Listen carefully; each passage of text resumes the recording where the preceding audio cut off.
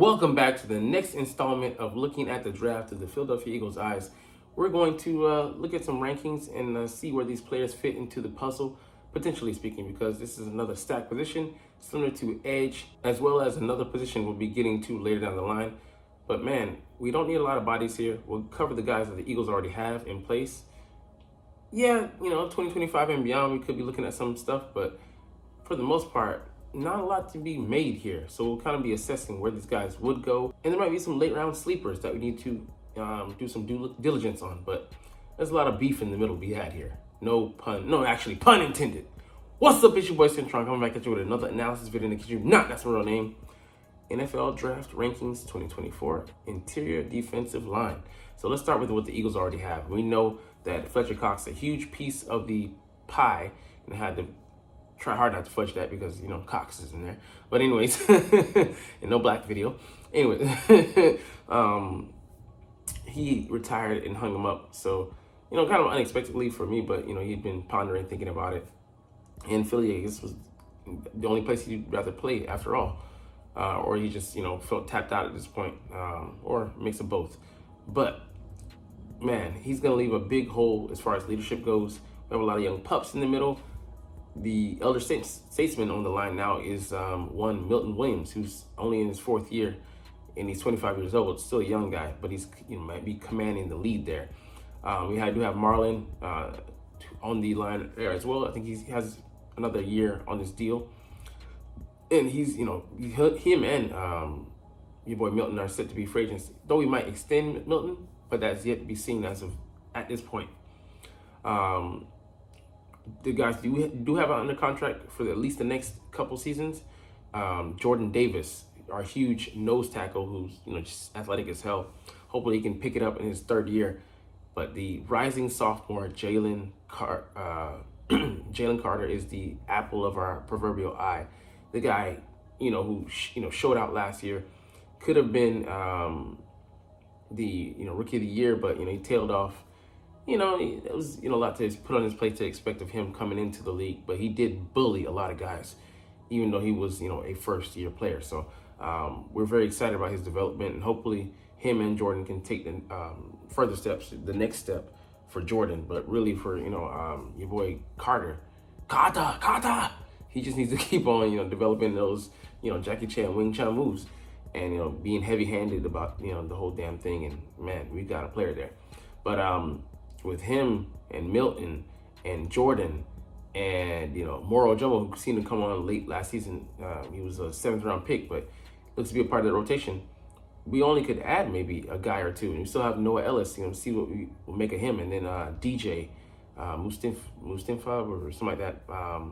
Added him to the roster. He's more in the mold of a nose 320 plus guy who could potentially be a backup for Jordan Davis. But we'll see what we have there. He's a first-year player. They didn't try to hold on to him though, so some red flags, question marks there. But we only need to add a guy or two, if even that, because I would say more likely the free agent, priority free agent route. But in the draft, we could maybe add a guy. But I wouldn't be surprised if we add none. Anyways, let's get into these rankings. Byron Murphy, already he's off the table. Stout guy, number one guy on the interior, just a good a pass rusher. He's able to plug the run. Yeah, help. Playing next to T'Vondre Sweat helps, but he's a fine player on his own. But he'll be long gone before we pick. Definitely not going with a first rounder at defensive tackle. Jerzon Newton, Johnny Z. Definitely not going for him. And he's an athletic guy, under 300 pounds. Reminds you kind of Milton Williams, where he's able to shoot gaps and stuff like that. But like I said, someone's going to draft him in the middle of that first round or somewhere, in the 20s. He's not going to be able to be had by us. But, like I said, we're not in the running. Back-to-back years, we've drafted first round D tackles. The third, come on now. Even a second, yeah, just, if we had a third, I wouldn't be banking on it. Unless, like I said, Moro will be a part, Jordan will be a part, and then potentially Milton Williams, but let's just table him. And then Jalen Carter. That's three guys at the very least that we'll have. And we might be able to sign, Marlon to a cheap, 1 year retrial. So I mean, we're not actually pressed, at the position. T'Vondre Sweat, awesome guy. I would love to have him next to Jordan. Man, that would be a mountain, of man meat, pause, to move out of the fucking way. But alas, he's gonna go in most likely the first round as well. He can slip into the second, but man, he's gonna be a huge value. His nose tackles, as we saw with Jordan Davis, are coming back in vogue, and teams are trying to value them once again. Braden Fisk was a guy I would love to have, going into next year, a rotational guy.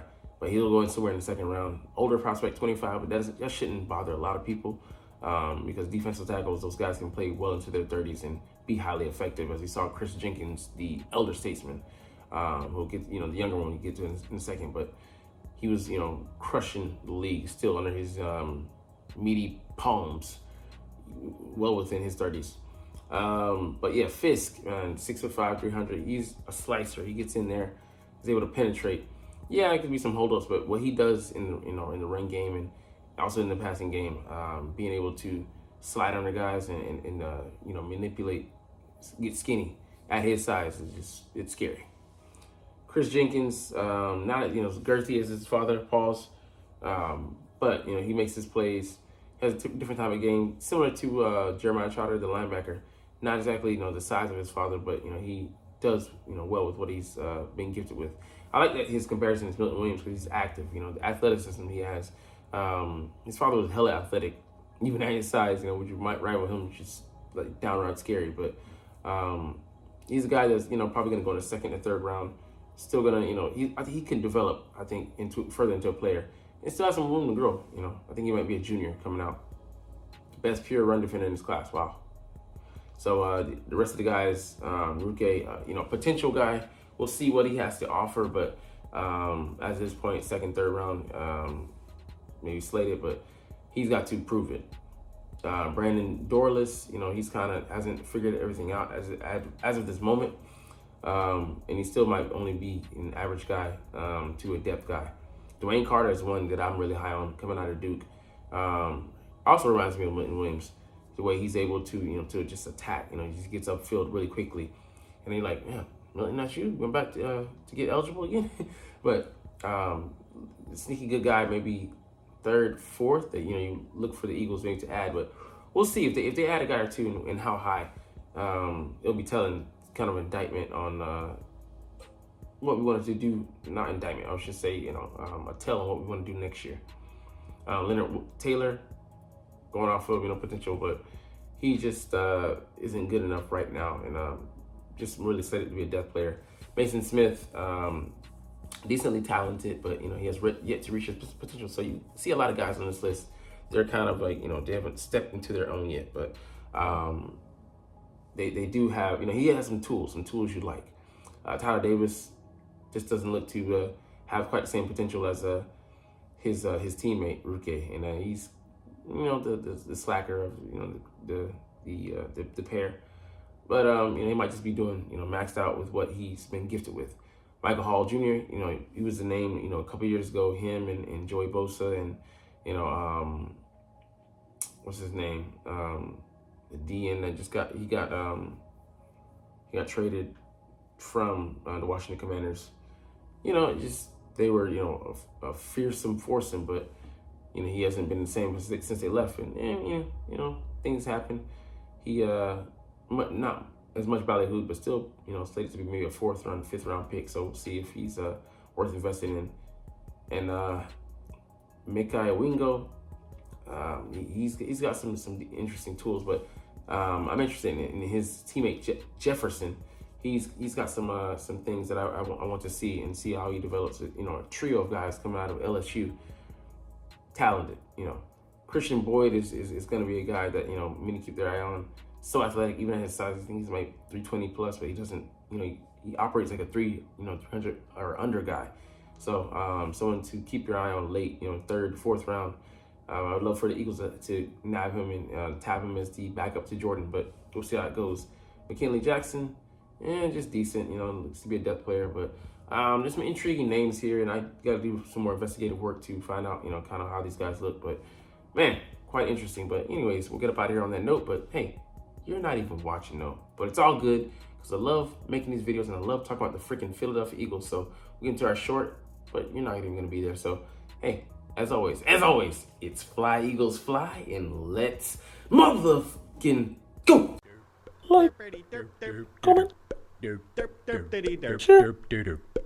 subscribe. Thanks for watching.